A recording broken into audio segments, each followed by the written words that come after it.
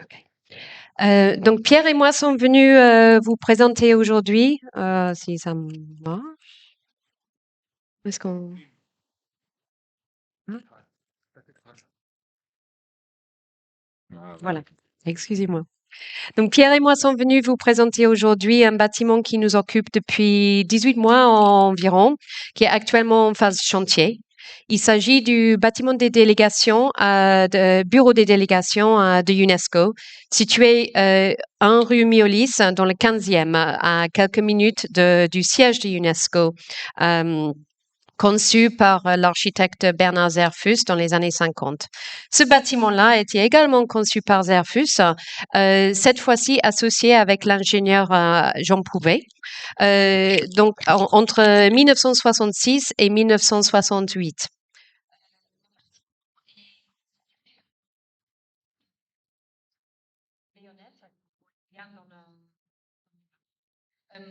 Qui superpose un socle constitué de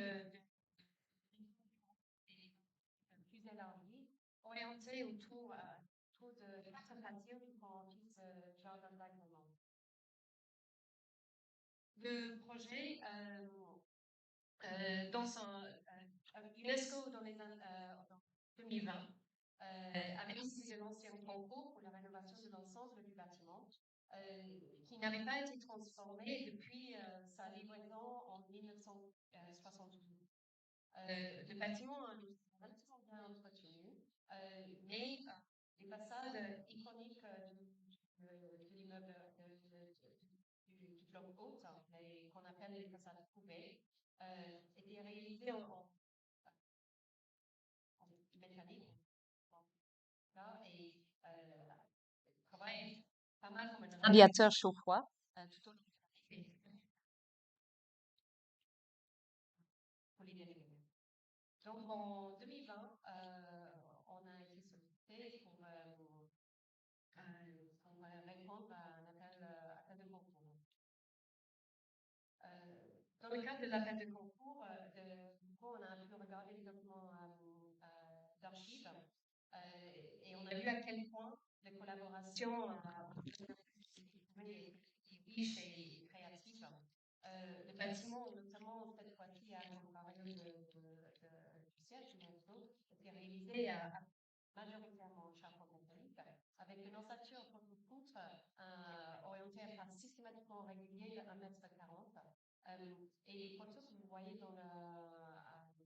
à l'écran là servaient en même temps à l'appui au support de la dalle en béton et également en même temps au support des modules de façade. Donc, la façade modulaire affichait toutes les marques de fabrique classiques d'une réalisation Jean Prouvé, de la tôle pliée d'une part et des profils cintrés d'autre part, en acier et métal, avec quelques éléments de support cachés en bois et puis un peu de vitrage en verre trempé cette fois-ci. Donc nous avons participé au concours à la fin 2020 en groupement, en co-traitance avec notre mandataire Patriarche, mené d'une main de fer par Thomas Perelli, son bras droit, pardon, son bras droit Marion Barret qui s'occupait de la façade et Christelle Briand pour la structure. On était également accompagné par Michel Devine, paysagiste, l'amoureux pour l'acoustique, Casso pour la sécurité incendie et Omega Alliance pour le désamiantage, avec lequel on a beaucoup travaillé. Mention spéciale à Rémi Desbové de Patriarche, qui a travaillé également pour la partie environnementale et avec lequel on a beaucoup travaillé, notamment avec nos équipes, Stéphanie Laurin et Charles Chevalier, qui nous ont épaulés dans ce magnifique projet. Donc, hop. Donc les façades du bâtiment constituent bien entendu un enjeu majeur du projet, tant en termes d'image, donc qu'en termes de surface et en termes de thermique. Nous sommes partis, pardon, nous sommes partis, si je reviens un tout petit peu en arrière, désolé, hop. Nous sommes partis du constat que nous sommes face à un bâtiment poteau-poutre donc relativement compact, avec une compacité de l'ordre de 0,5, avec un taux plein vide aux alentours de 40%, ce qui est plutôt très bon, avec une façade extérieure en très bon état, malgré son âge, 60 ans quand même, et qui, d'une certaine façon, est la preuve vivante d'un moment peut-être unique de création à travers effectivement la main de Jean Prouvé, la création des murs rideaux, la création du système bloc, l'intégration d'isolation, l'intégration des problématiques aussi bien de maintenance que thermique et spectrophotométrique. Donc, notre stratégie a été à la fois très simple, évidente et bien compliquée à mettre en œuvre par la suite. C'était effectivement de vraiment respecter au mieux, au plus proche du bâtiment existant, la façade et d'intercaler une couche thermique afin de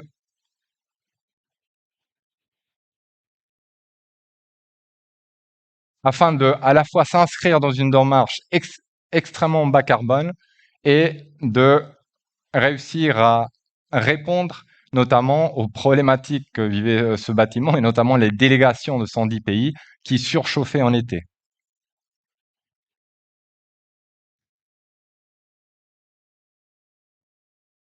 Donc, nous avions l'heureuse nouvelle d'avoir été attribué lauréat du concours en décembre 2020.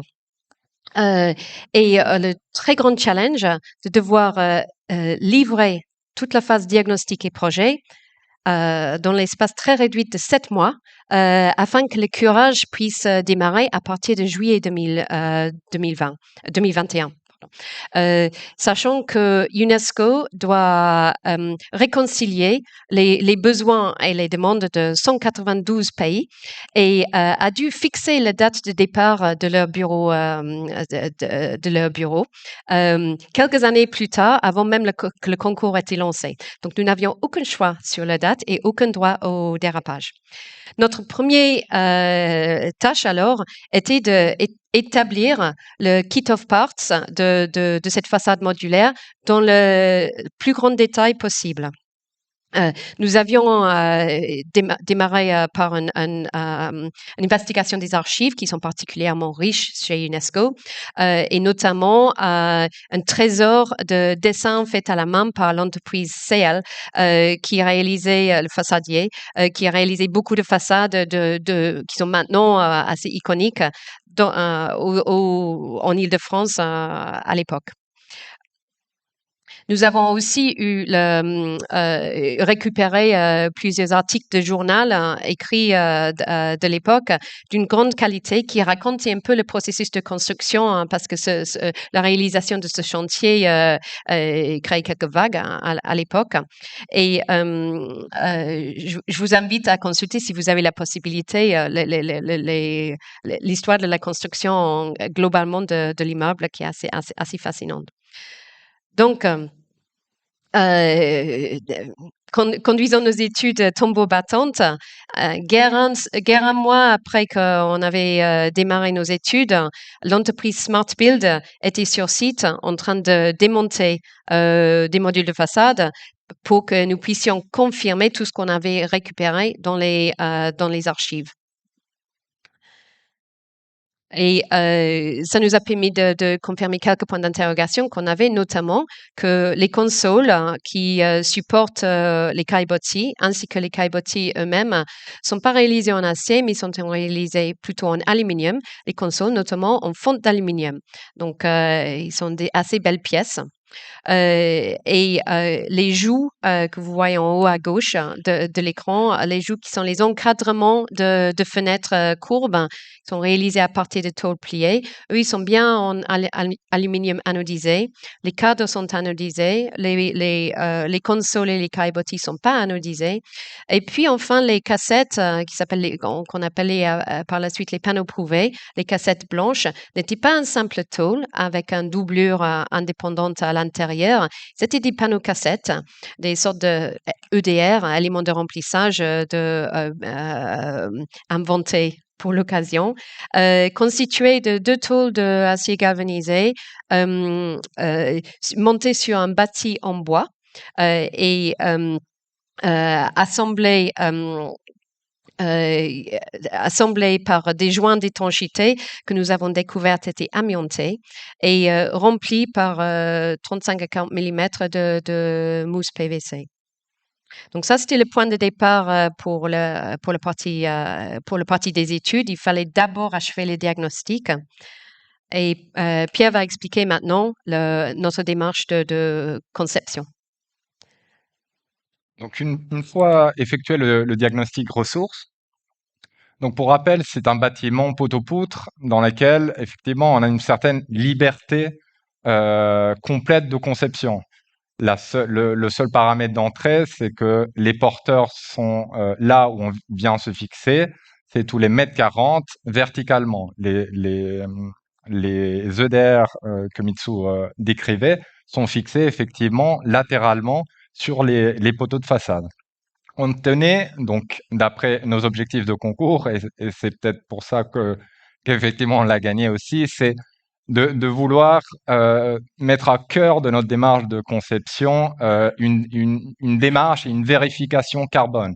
Vérification carbone qui n'a pas été simple, et on remercie de tout cœur Charles Chevalier, qui a fait vraiment un travail d'archéologue pour aller chercher les informations, pour essayer de pouvoir quantifier la conception en parallèle qu'elle s'effectuait. Donc, on est parti effectivement de 2 extrêmes, donc l'extrême murido-aluminium et l'extrême mur à ossature bois. Donc ici, il ne s'agit pas de blâmer non plus les murs à ossature, je veux dire les muridos en aluminium. Donc il y a également d'autres facteurs qui ont entré en compte dans la décision finale, mais l'étude mérite quand même d'être montrée. Donc le principe, c'est que en partant effectivement du cas le plus défavorable d'un murido en aluminium face à un mur à ossature bois, donc nos calculs nous menaient à un gain de 30% vis-à-vis de nos émissions de CO2, de l'empreinte carbone de notre façade. À la suite de ça, on s'est concentré effectivement de savoir qu'est-ce qu'on faisait effectivement de la façade existante. Donc notre volonté, c'était de la conserver, et donc uniquement avec les éléments alu que Mitsu vous a décrit, c'est-à-dire les joues qui sont au niveau du périmètre des vitrages, également au niveau des consoles en fonte et des grilles en aluminium. Le simple fait de les recycler nous faisait gagner encore 30% par rapport à la version mauve, juste avec du recyclage. Ensuite, pour aller encore plus loin, c'est de conserver les panneaux métalliques en acier. Donc on verra que ça, ça a été tout un tintouin, mais en y allant encore, en ayant cette vision maximaliste du réemploi, on gagnait encore 15% par rapport à la version uniquement avec du réemploi en aluminium. Au final, un gain de 65% par rapport à une version en aluminium, uniquement effectivement en misant sur le réemploi, et donc une division de presque 2 de nos émissions CO2, rien qu'avec une posture de base qui est de travailler sur le réemploi. Donc bien entendu, lorsqu'on parle de production ou de réemploi, dans le réemploi, ce qui importe le plus, c'est effectivement le transport, et c'est là où effectivement on va essayer de travailler avec des partenaires pour trouver des partenaires qui ne soient pas loin du site. Et dans la production, il y a des éléments que l'on peut presque pas comprimer, qui sont en train d'être compressés, mais on est encore effectivement à des facteurs 5, donc vis-à-vis du réemploi, même en intégrant du recyclage.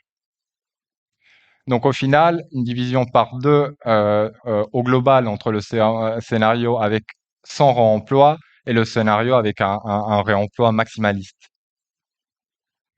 À cela s'ajoute effectivement, vous avez eu tous les présentations de Saint-Gobain, Donc, de l'intérêt effectivement de ne pas jeter à la poubelle les 200 000 tonnes de vitrage chaque année, et de l'importance effectivement d'intégrer donc dans ce système de boucle fermée donc le vitrage que l'on dépose des bâtiments, qui à la fois permet de réduire effectivement les matières premières que l'on utilise, de réduire effectivement l'énergie consommée dans les fours flottes, etc.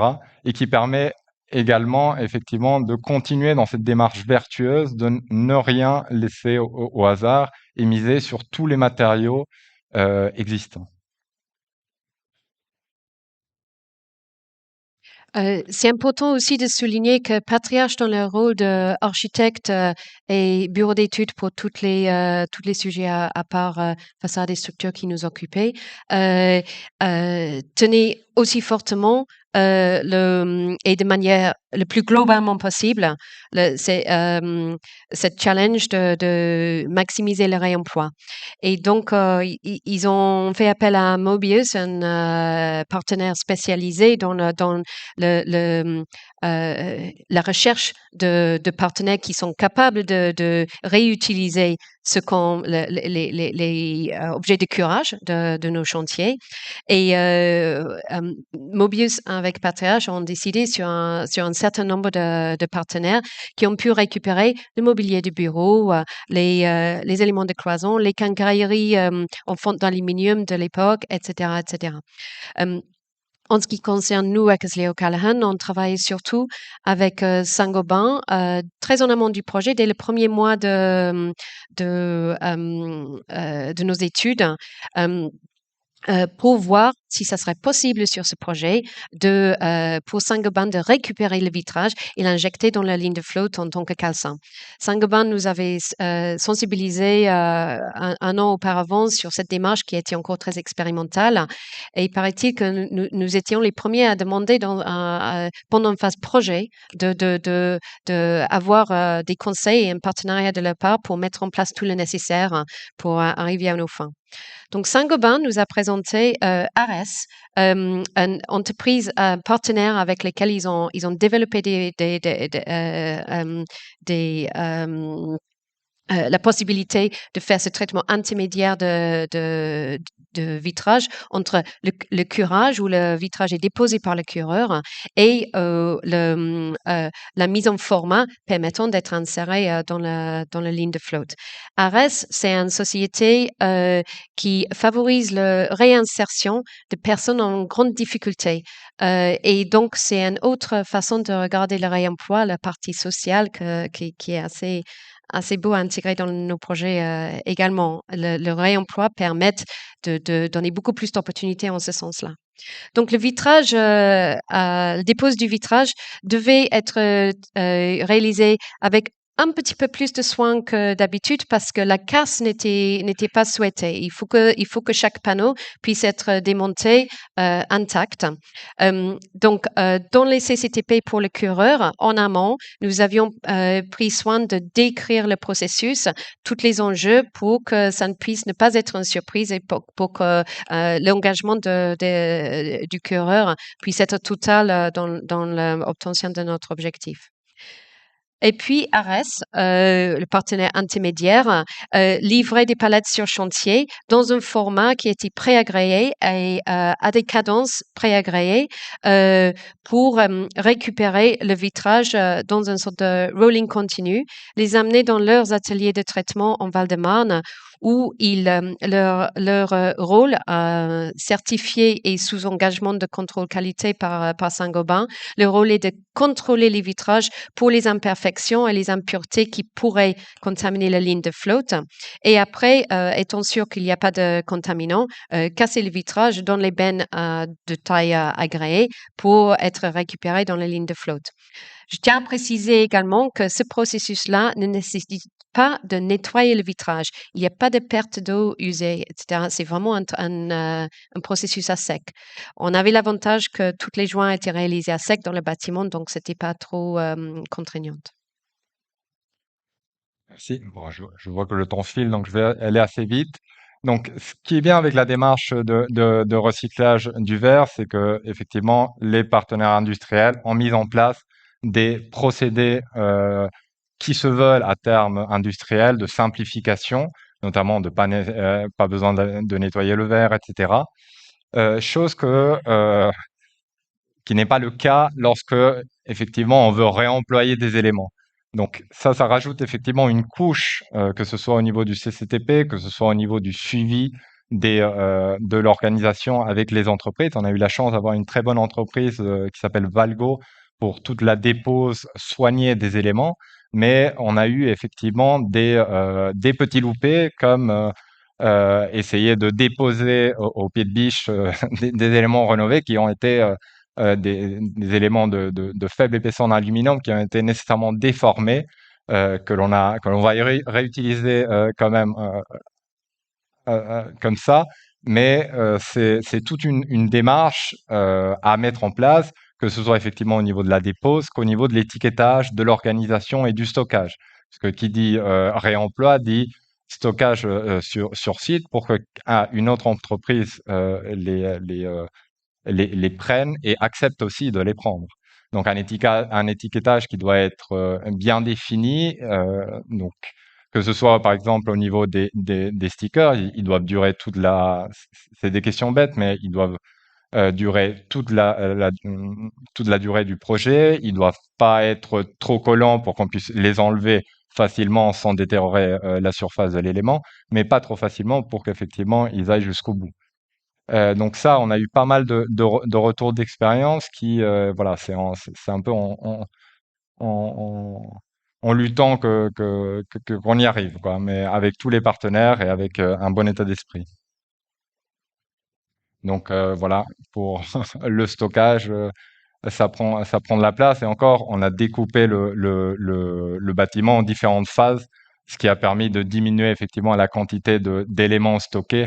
Donc là, on voit effectivement les consoles, les joues et les cadres périphériques, les châssis des vitrages.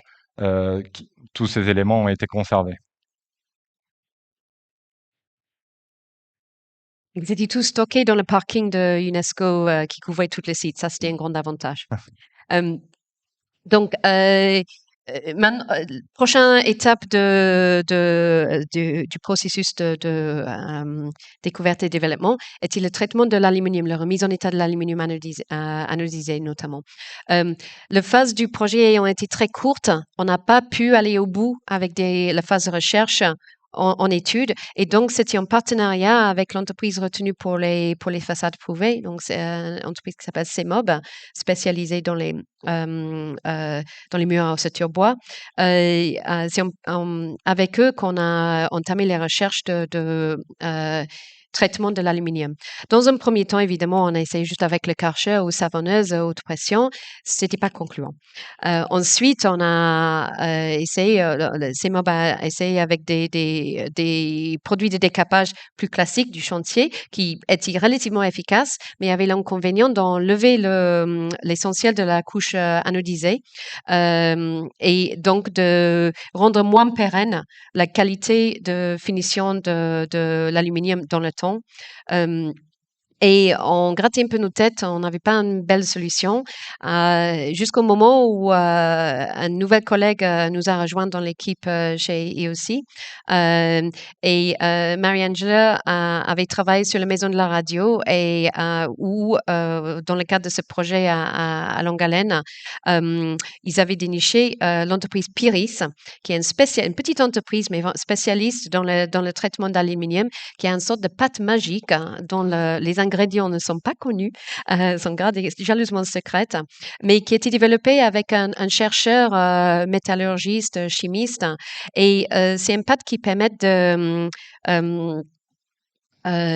reprendre, de traiter l'aspect de l'aluminium de manière non agressive, sans l'eau, action manuelle à l'aide d'un chiffon, et qui confère aussi une protection durable à la couche anodisée prête pour la seconde jeunesse du bâtiment, ses secondes 60 ans. Donc là, on a monté l'atelier de traitement de l'aluminium dans le sous-sol de UNESCO, encore dans un souci pratique et de minimiser l'énergie de transport. Et on devait aussi sensibiliser les clients, ensemble avec l'architecte, sur le fait que c'est une opération de remise en état. C'est pas une opération de perfectionnement du produit. Donc, il faut accepter que les éléments remis en place peuvent inclure de temps en temps une petite bosselure, une petite rayure, une petite tache pérenne qui va pas dégrader la durabilité du produit, mais qui va être visible. Et on a découvert à notre chagrin que le choix de colle pour les étiquettes n'était pas totalement neutre vis-à-vis du produit de nettoyage et laisse parfois quelques traces qu'on n'arrive pas à enlever. Bon, heureusement, on avait choisi de les mettre sur la face arrière des joues et donc ils ne sont pas visibles. On a parlé des parties en aluminium, on a parlé des parties vitrées. Reste un peu le cœur du sujet qui est à la fois était à la fois notre plus grande ambition et notre plus gros échec. Donc, qui sont les panneaux prouvés qu'on a déjà décrits. Donc, un cœur, donc des éléments de remplissage avec un cœur en plastique PVC, des tôles 15 dixièmes de part et d'autre, qui malheureusement possédaient des traces d'amiante et du coup devaient être désamiantés. Donc l'idée était effectivement de désosser ce panneau d'air pour ne conserver que la face extérieure. Donc déjà cette démarche de mise en place donc avec notre partenaire Alliance Omega, donc ça tout cette process de le décrire, de s'assurer de la faisabilité de ce process a déjà été tout un travail. Mais effectivement, une fois sur chantier, lorsqu'on a commencé à mettre en place ce process, on s'est rendu compte que la face intérieure des panneaux extérieurs, donc celle qui est contre l'isolant PVC rigide, était complètement rouillée. Donc ce n'était pas le cas pour les panneaux solides, les panneaux de pignon, les panneaux sans opercule, sans châssis vitré. Mais malheureusement, c'était le cas pour ceux avec châssis vitré, puisque effectivement l'eau s'introduisait entre le châssis qui était fixé directement sur le panneau EDR et donc le panneau n'était pas scellé de façon étanche. Il y avait effectivement au pourtour du bois, donc qui donnait effectivement la rigidité ensemble. Et de l'eau s'était introduit et un couple, donc une pile galvanite, avait pour conséquence engendré la corrosion. Donc on avait plus de 30% d'éléments de panneaux corrodés dont il fallait décider effectivement quoi en faire. Est-ce qu'on pouvait les traiter? Est-ce qu'on pouvait conserver ceux qui étaient en bon état et produire le reste? Je laisse. Donc voilà un peu l'envers du décor, effectivement, qui n'était pas visible lors de nos diagnostics sur place et qui était vraiment une véritable surprise au moment du désamiantage de ces panneaux et du décortiquage de ces panneaux. Je ne sais pas si vous vous rappelez des images au début, lors de la phase diagnostique. On avait quand même essayé de séparer un panneau, mais on avait choisi un panneau plein et pas un panneau opacule. Grande erreur, ne faites pas la même erreur par la suite. Donc, on était en pleine phase d'appel d'offres pendant qu'on a eu cette découverte. Le curage avait été lancé avant l'appel d'offres pour les autres lots du projet. Et donc, on avait réussi avec une certaine ténacité à insister que la réutilisation des bardages acier soit dans l'appel d'offres comme la solution de base, malgré quelques réticences de la part du bureau de contrôle, de la part du client, etc. Et en réponse de la part des entreprises. Donc, les prix avec réutilisation de l'acier était relativement élevé. Et donc, compte tenu de cet effet de fourche codine, on s'est trouvé dans l'obligation de prendre un chemin pragmatique et accepter que les éléments de bardage soient réalisés en tôle d'aluminium neuf.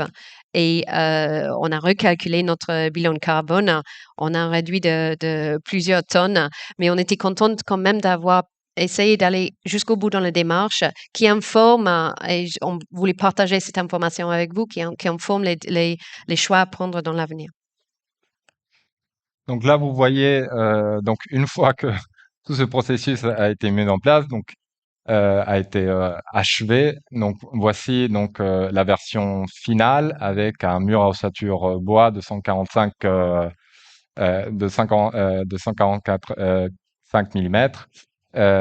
Donc avec un bardage aluminium du coup, avec le réemploi aussi bien des consoles, des caillebotis, des joues et des cadres, des châssis, des cadres fixes des anciens vitrages. Hop. Donc après une vision un peu. Donc l'idée, donc également en termes très rapidement, donc en termes de la taille effectivement du panneau à ossature bois, des questions effectivement ont été soulevées. Quelle était la taille optimum? Et ça a été déterminé en réalité du fait des charges que pouvaient euh, des charges. Pardon, j'ai oublié mes mots. Pour élever. Voilà, que la dalle effectivement existante pouvait supporter. Désolé pour le. Et ça, c'est une coupe de l'entreprise Simov dans laquelle on voit effectivement à la fois la superposition bien de l'existant et de tous les éléments rénovés, sauf effectivement le bardage, le bardage acier qui a été remplacé par du bardage aluminium, l'intercalaire thermique et la structure du bâtiment. Petit aparté très très rapide, donc comme vous avez pu le remarquer, donc les châssis sont à bord cintré, ce qui a été également qui a engendré également de nombreuses difficultés et de nouveaux et de nombreuses études avec avec des partenaires industriels, notamment Vicona, avec lesquels on a travaillé dès le début. On a également essayé de faire des châssis bois, mais malheureusement, au niveau du planning serré, ils n'arrivent pas à suivre les cadences pour le projet. Donc, on a surtout travaillé avec Vicona pour déterminer effectivement cet objet qui est complexe puisque la fermeture ne peut pas être périmétrale, l'éclipse ne peut pas se déclipser de façon classique, ils doivent être clipsés parallèlement. Il y a la question effectivement des soudures, de l'étanchéité, et ça fait l'objet actuellement d'une procédure d'ATEX. Et voici donc le résultat presque final, puisque c'est là actuellement on est en présentation du prototype. Donc ça c'était donc le prototype présenté euh, chez Simob, et ensuite il a été déplacé sur site. Et donc, l'installation sur site date d'il y a une semaine environ, hein, une petite quinzaine. La présentation aux délégués commence cette semaine et nous attendons avec anticipation leur retour. Euh, euh, un petit mot par rapport à la latex, sachant que les délais étaient très courts, on a tout fait pour éviter la latex, mais les bords arrondis ont obligé de passer par là. Veritas nous a été d'une grande aide aussi dans le développement de ce processus. Peut-être une photo de l'intérieur. Donc là, la finition à l'intérieur était la semaine dernière en cours d'achèvement. On a tenu avec Marion Barret, qui a suivi le projet en tant que chef de projet chez Patriarche, qui connaît le projet comme le dos de sa main. On a essayé ensemble de garder les poteaux métalliques visibles, mais les contraintes acoustiques et les contraintes de cloisonnement des bureaux ont imposé de les encoffrer. Sachant que les cadres de vitrage devaient être cachés derrière les opercules existantes, le mariage est très très juste entre les deux. On a réalisé en parallèle une étude de sécurité incendie pour justifier l'absence de besoin de protéger au feu cette multiplicité de poteaux extérieurs. Et pour terminer, on voulait vous montrer quelques avant et après pour que vous puissiez juger pour vous-même l'intérêt de la démarche de réemploi. On est relativement contente de l'aspect extérieur. Vu de l'extérieur, les cadres prouvés sont vraiment à l'identique. On ne soupçonne pas qu'il y a une autre ossature à cadre à rupture thermique derrière. Si on passe au prochain diapo, il y a, vous pouvez regarder, vous pouvez observer le fait que le simple vitrage qui était placé dans le cadre dans l'origine, il passe derrière 50 millimètres environ plus loin, non plus que 50, mais enfin moins que 100. Et c'est remplacé par un vitrage isolant. Donc là, on est avec le Saint-Gobain Ouais. euh, Extrême Extrême, 70-33. extrême 70-33. On avait peur que le placement du vitrage plus en retrait allait altérer l'aspect du bâtiment, hein, et finalement, on est rassuré sur ce point-là.